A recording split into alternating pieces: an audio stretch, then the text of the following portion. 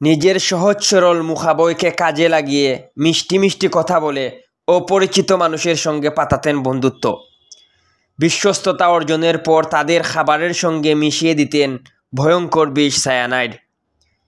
এভাবে একজন দুজন নয়, অন্তত 14 জনকে নিজের শিকারে পরিণত করেছেন।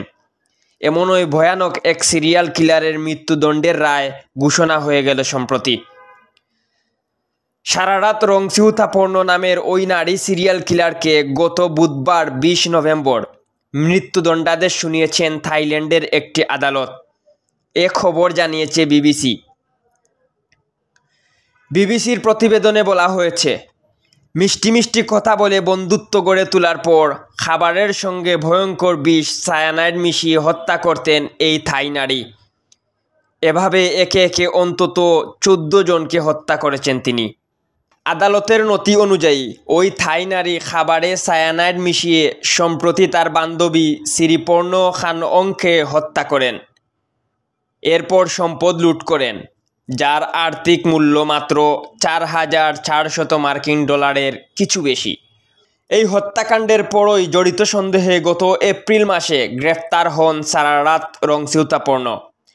তার সাবেক স্বামী আবার পুলিশের একজন জ্যেষ্ঠ কর্মকর্তাও ছিলেন।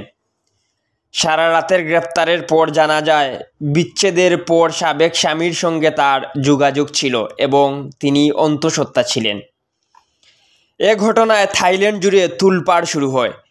বিশেষ করে সায়ানাইড বিষক্রিয়ায় মৃত্যুর বেশ কয়েকটি অমীমাংসিত মামলা নিয়ে নতুন করে তদন্ত শুরু হয়। পুলিশ আগে বলেছিল, সিসিটিভি ফুটেজে অচেতন হয়ে পড়া এবং মারা যাওয়ার আগে সিরিপর্ণকে সারারাতের সঙ্গে দেখা গেছে। ময়নাতদন্তে সিরিপর্ণের শরীরে সায়ানাইডের উপস্থিতি পাওয়া যায়। এ ঘটনা নিয়ে তদন্ত করতে গিয়ে পুলিশ বেশ কয়েকটি হত্যার সঙ্গে মিল পান। এসব হত্যার ঘটনায়ও হত্যার শিকার ব্যক্তি সারারাতের সঙ্গে খাবার বা পানীয় খেয়েছিলেন, এরপর মারা গেছেন। এদিকে ব্যাংককের আদালতে শুনানির সময় সারারাত সাক্ষ্য দেননি। আদালত তাকে মৃত্যুদণ্ড দেওয়া ছাড়াও তিনি যেসব জিনিস চুরি করেছেন সেগুলোর ক্ষতিপূরণ দেওয়ার নির্দেশও দিয়েছেন। সারারাত তার বিরুদ্ধে আনা সব অভিযোগ অস্বীকার করে নিজেকে নির্দোষ দাবি করেছেন এবং আপিল করার পরিকল্পনা করছেন। এম কে তুহিন, আধুনিক কাগজ।